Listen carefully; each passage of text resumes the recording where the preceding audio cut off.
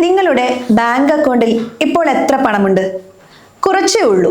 എങ്കിലും അത് നാളെ രാവിലെ നോക്കുമ്പോൾ പൂജ്യമായി മാറിയാൽ, അല്ലെങ്കിൽ അക്കൗണ്ട് പൂർണ്ണമായി മരവിപ്പിക്കപ്പെട്ടാൽ എന്ത് ചെയ്യും? നിങ്ങൾ ഒരു തെറ്റും ചെയ്തിട്ടില്ല. ഒരു OTP പോലും ആർക്കും കൊടുത്തിട്ടില്ല. ലിങ്കുകളിൽ ക്ലിക്ക് ചെയ്തിട്ടില്ല. എന്നിട്ടും സൈബർ പോലീസ് നിങ്ങളുടെ വാതിലിൽ മുട്ടുന്നു. സത്യം പറഞ്ഞാൽ ഇതിപ്പോൾ നമ്മുടെ നാട്ടിൽ പലർക്കും സംഭവിക്കുന്നുണ്ട്. നമ്മൾ വിചാരിക്കുന്നത് നമ്മൾ വളരെ സ്മാർട്ട് ആണെന്നാണ്. മൊബൈൽ ബാങ്കിങ്ങും ഡിജിറ്റൽ ഇടപാടുകളും ഒക്കെ നമുക്ക് കൃത്യമായി അറിയാം. പക്ഷെ വിപണിയിൽ നടക്കുന്ന പുതിയൊരു കെണി ഇതിലും വലുതാണ്. അത് നിങ്ങളുടെ അറിവോടെയോ അറിയാതെയോ നിങ്ങളെ ഒരു കുറ്റവാളിയാക്കി മാറ്റാം. നമ്മൾ സാധാരണയായി കേൾക്കാറുള്ളത് പണം നഷ്ടപ്പെടുന്നതിനെ കുറിച്ചാണ്. അക്കൗണ്ടിൽ നിന്ന് പണം ആരെങ്കിലും തട്ടിയെടുത്തു എന്ന പരാതികൾ. എന്നാൽ ഇതിന്റെ നേരെ വിപരീതമായ ഒരു അവസ്ഥ ആലോചിച്ചിട്ടുണ്ടോ? നിങ്ങളുടെ അക്കൗണ്ടിലേക്ക് ലക്ഷക്കണക്കിന് രൂപ വരുന്നു. നിങ്ങളോട് ആരും പാസ്വേഡ് ചോദിക്കുന്നില്ല. പകരം അവർ പറയുന്നു ആ പണം മറ്റൊരു അക്കൗണ്ടിലേക്ക് മാറ്റി നൽകാൻ. ഇതിൽ നിന്ന് നിങ്ങൾക്ക് ചെറിയൊരു കമ്മീഷൻ തരാം. കേൾക്കുമ്പോൾ വലിയ ലാഭമല്ലേ എന്ന് തോന്നും. പക്ഷേ ഇതൊരു വലിയ കെണിയാണ്. യാതൊരു അധ്വാനവുമില്ലാതെ അക്കൗണ്ട് വഴി പണം കടത്തിവിട്ടതിന് മാത്രം കമ്മീഷൻ കിട്ടുന്നു എന്ന് കരുതി സന്തോഷിക്കുമ്പോൾ നമ്മൾ വലിയൊരു ചതിക്കുഴിയിലേക്കാണ് നടന്നു നീങ്ങുന്നത്. ഇതിനെ സാമ്പത്തിക വിദഗ്ധരും RBIയും വിളിക്കുന്നത് മണി മ്യൂൾ എന്നാണ്. മ്യൂൾ എന്നാൽ ചുമട്ടുമൃഗം എന്നാണല്ലോ അർത്ഥം. അതായത് മറ്റൊരാളുടെ ഭാരം സ്വന്തം ചുമലിലേറ്റുന്ന പാവം ജീവി. ഇവിടെ തട്ടിപ്പുകാരുടെ കള്ളപ്പണത്തിന്റെ ഭാരം സ്വന്തം അക്കൗണ്ടുകളിൽ ചുമലിലേറ്റുന്നത് നമ്മളാണ്. National cyber crime reporting portal data പ്രകാരം രാജ്യത്ത് മരവിപ്പിക്കപ്പെട്ട ലക്ഷക്കണക്കിന് അക്കൗണ്ടുകളിൽ ഭൂരിഭാഗവും ഇത്തരത്തിലുള്ള മണി മ്യൂൾ അക്കൗണ്ടുകളാണ്.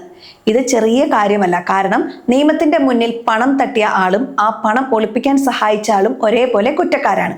തട്ടിപ്പുകാർ ഒരു ഓവർഹെഡ് ടാങ്ക് പോലെയാണ്. അതിൽ നിറയെ രാജ്യത്തിന്റെ വിവിധ ഭാഗങ്ങളിൽ നിന്ന് മോഷ്ടിച്ച പണമാണ്. അവർ ആ പണം നേരിട്ട് സ്വന്തം ഒഫീഷ്യൽ അക്കൗണ്ടിലേക്ക് മാറ്റിയാൽ പോലീസ് പെട്ടെന്ന് ട്രാക്ക് ചെയ്യും. അതുകൊണ്ട് അവർ നമ്മുടെ നാട്ടിലെ സാധാരണക്കാരായ ആളുകളുടെ ബാങ്ക് അക്കൗണ്ടുകൾ ഒരു വലിയ പൈപ്പ് ലൈൻ ശൃംഖല പോലെ ഉപയോഗിക്കുകയാണ്. ആ ടാങ്കിൽ നിന്ന് പണം നിങ്ങളുടെ അക്കൗണ്ടിലേക്ക് വരും. അവിടെ നിന്ന് അത് മറ്റു പല അക്കൗണ്ടുകളിലേക്ക് വിഭജിച്ച് ഒഴുകിപ്പോകും. പോലീസും സൈബർ സെല്ലും അന്വേഷണം തുടങ്ങുമ്പോൾ അവർ ഈ പൈപ്പിന്റെ അവസാനം മാത്രമേ കാണൂ, അതായത് നിങ്ങളുടെ ബാങ്ക് അക്കൗണ്ട്. യഥാർത്ഥ തട്ടിപ്പുകാരൻ എവിടെയോ ഇരുന്ന് സുരക്ഷിതമായി പണം ക്രിപ്റ്റോ കറൻസിയോ മറ്റോ ആക്കി മാറ്റിക്കാണും. വില കൂടി ജീവിക്കാൻ ബുദ്ധിമുട്ടായി. അപ്പോഴാണ് പാർട്ട് ടൈം ജോലി എന്ന പേരിൽ ഒരു വാട്സപ്പ് മെസ്സേജ് വരുന്നത്. ദിവസം അല്പസമയം മാറ്റിവെച്ചാൽ 5000 രൂപ വരെ നേടാം എന്നവർ വാഗ്ദാനം ചെയ്യുന്നുണ്ടാകും. നമ്മൾ വിചാരിക്കും ഇതൊരു വലിയ ഭാഗ്യമാണെന്ന്. ശരിക്കും ഇത് ഭാഗ്യമാണോ? തട്ടിപ്പുകാർ ആദ്യം നിങ്ങളെ കൊണ്ട് ചില ടെലിഗ്രാം ചാനലുകളിൽ ലൈക്ക് അടുപ്പിക്കുകയോ റിവ്യൂ എഴുതിപ്പിക്കുകയോ ഒക്കെ ചെയ്യും. 100-200 രൂപ നിങ്ങളുടെ അക്കൗണ്ടിലേക്ക് ഇട്ടുതന്ന് വലിയ കാര്യങ്ങൾ നേടിയെടുക്കും. അതിനുശേഷം അവർ മെല്ലെ തന്ത്രം മാറ്റും. അവരുടെ ബിസിനസ് ആവശ്യങ്ങൾക്കായി വലിയ തുകകൾ കൈകാര്യം ചെയ്യാൻ നിങ്ങളുടെ ബാങ്ക് അക്കൗണ്ട് താൽക്കാലികമായി ഉപയോഗിക്കാൻ അനുവദിക്കണമെന്ന് അവർ ആവശ്യപ്പെടും. പണത്തിന് അത്യാവശ്യമുള്ളവർ, അതായത് വീട്ടുവാടകയും ഹോം ലോണും ഒക്കെ കഷ്ടപ്പെടുന്ന ഒരാൾ പെട്ടെന്ന് ഇതിൽ വീണു പോകാനുള്ള സാധ്യതയുണ്ട്. അക്കൗണ്ട് വിവരങ്ങൾ വേഗം തന്നെ കൈമാറും. പണം വരുന്നു, പോകുന്നു. നിങ്ങൾ പറഞ്ഞ കമ്മീഷൻ കൃത്യമായി കിട്ടുന്നു. എല്ലാം അവസാനിച്ചു എന്ന് വിചാരിച്ചിരിക്കുമ്പോഴായിരിക്കും ഒരു ദിവസം നിങ്ങളുടെ ATM കാർഡ് വർക്ക് ചെയ്യാതാകുന്നത്. ബാങ്കിൽ വിളിച്ച് ചോദിക്കുമ്പോഴായിരിക്കും നിങ്ങൾ അറിയുന്നത് നിങ്ങളുടെ അക്കൗണ്ട് പൂർണ്ണമായും മരവിപ്പിച്ചിരിക്കുകയാണെന്ന്. സൈബർ സെല്ലിന്റെ നിർദ്ദേശപ്രകാരമാണ് അത് ചെയ്തതെന്ന് ബാങ്ക് പറയുമ്പോൾ മാത്രമാണ് നമ്മൾക്ക് അപകടം മനസ്സിലാവുക. നമ്മൾ പണം മോഷ്ടിച്ചില്ലല്ലോ, ആരുടെയും അക്കൗണ്ട് ഹാക്ക് ചെയ്തിട്ടില്ലല്ലോ, പിന്നെന്താണ് ഇത്രയും വലിയ കുഴപ്പം എന്നായിരിക്കും നമ്മൾ ആ സമയത്ത് ആലോചിക്കുന്നത്.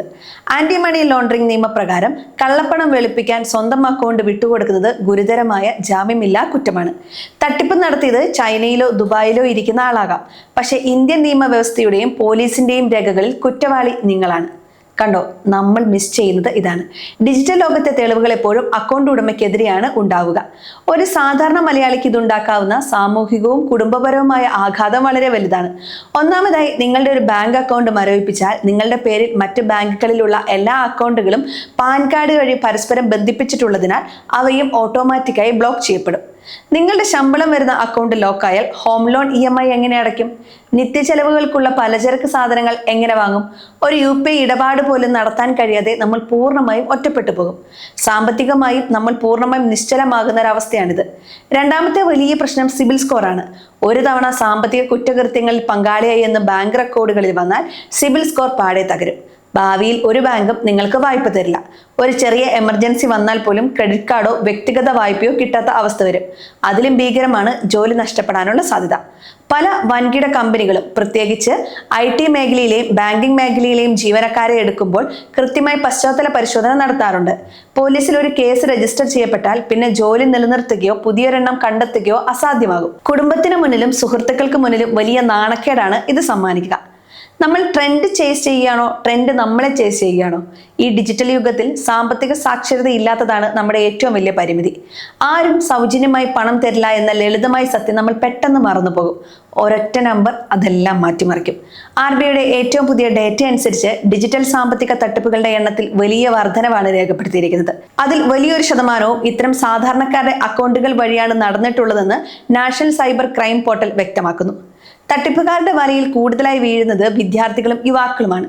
പോക്കറ്റ് മണിക്ക് വേണ്ടി കോളേജ് പിള്ളേർ സ്വന്തം അക്കൗണ്ടുകളിൽ 5000 10,000 രൂപയ്ക്ക് വേണ്ടി വാടകയ്ക്ക് കൊടുക്കുന്നുണ്ട്. അവർ വിചാരിക്കുന്നത് ഇത് റിസ്ക് ഇല്ലാത്ത പണിയാണെന്നാണ്. എന്നാൽ ഭാവിയിലെ അവരുടെ കരിയർ തന്നെയാണ് ഇതിലൂടെ ഇല്ലാതാകുന്നതെന്ന് അവർ ചിന്തിക്കുന്നില്ല. പോലീസ് സ്റ്റേഷനിലും കോടതിയിലും കയറി ഇറങ്ങേണ്ടി വരുമ്പോൾ മാത്രമാണ് ഈ കെണിയുടെ വലിപ്പം ബോധ്യപ്പെടുന്നത്. പലപ്പോഴും മാതാപിതാക്കൾ പോലും ഇതറിയുന്നത് പോലീസ് വീട്ടിൽ വരുമ്പോഴായിരിക്കും. കുട്ടികളുടെ ഭാവി നശിക്കാൻ ഒരൊറ്റ അശ്രദ്ധ മതി. നിങ്ങൾ അറിയാതെ നിങ്ങളുടെ അക്കൗണ്ടിലേക്ക് പണം വന്നാൽ എന്ത് ചെയ്യണം എന്നതിനെക്കുറിച്ച് പലർക്കും അറിയില്ല. ഉടൻ തന്നെ ബാങ്കിൽ നേരിട്ടെത്തി മാനേജരെ കണ്ട് വിവരം ധരിപ്പിക്കുകയാണ് വേണ്ടത്. അതോടൊപ്പം കേന്ദ്ര സർക്കാരിന്റെ സൈബർ ഹെൽപ്പ് ലൈൻ നമ്പറായ 1930 വിളിച്ച് പരാതി രജിസ്റ്റർ ചെയ്യാനും മടിക്കരുത്. നിയമപരമായി നമ്മൾ മുൻകൈ എടുത്താൽ മാത്രമേ നാളെ ഒരു കേസ് വരുമ്പോൾ നമ്മൾ നിരപരാധിയാണെന്ന് തെളിയിക്കാൻ സാധിക്കൂ. അല്ലാത്ത പക്ഷം നമ്മൾ വലിയൊരു തടവ് ശിക്ഷയിലേക്ക് വരെ എത്തിപ്പെട്ടേക്കാം. അതുകൊണ്ട് ഇക്കാര്യങ്ങളൊക്കെ നിങ്ങൾ ശ്രദ്ധിക്കണം. നിങ്ങളുടെ ബാങ്ക് അക്കൗണ്ടിലെ ഓരോ ട്രാൻസാക്ഷനും കൃത്യമായി നിരീക്ഷിക്കുക. അപരിചിതരായ ആളുകളിൽ നിന്ന് വരുന്ന വലിയ തുകകൾ ഉടൻ തന്നെ ബാങ്കിനെ അറിയിക്കുക. ആർക്കെങ്കിലും നിങ്ങളുടെ അക്കൗണ്ട് വാടകയ്ക്ക് നൽകുന്നതോ കമ്മീഷന് വേണ്ടി പണം കൈമാറുന്നതോ പൂർണ്ണമായും ഒഴിവാക്കുക. ടെലിഗ്രാമിലൂടെയോ വാട്സപ്പിലൂടെയോ വരുന്ന അമിത ലാഭം വാഗ്ദാനം ചെയ്യുന്ന ജോലികളെ ജാഗ്രതയോടെ മാത്രം സമീപിക്കുക. ഇതൊരു നിക്ഷേപ ഉപദേശമല്ല, മറിച്ച് നിങ്ങളുടെ സാമ്പത്തിക സുരക്ഷിതത്തിന് വേണ്ടിയുള്ള മുന്നറിയിപ്പാണ്.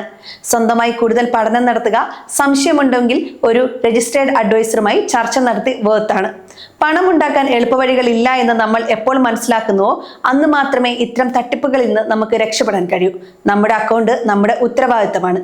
മറ്റൊരു വ്യക്തിക്കും അത് വിട്ടുകൊടുക്കരുത്. ജാഗ്രത മാത്രമാണ് ഇതിനുള്ള ഏക വഴി. ഇക്കാര്യങ്ങൾ മനസ്സിൽ വെക്കുക, സുരക്ഷിതമായിരിക്കുക. ഈ വീഡിയോ ഇൻഫർമേഷൻ പർപ്പസിന് വേണ്ടി മാത്രമുള്ളതാണ്. ഏതെങ്കിലും ഫിനാൻഷ്യൽ ഡിസിഷൻ എടുക്കുന്നതിന് മുൻപ് ഒരു സെബി രജിസ്ട്രേഡ് അഡ്വൈസറുമായി ബന്ധപ്പെടുക.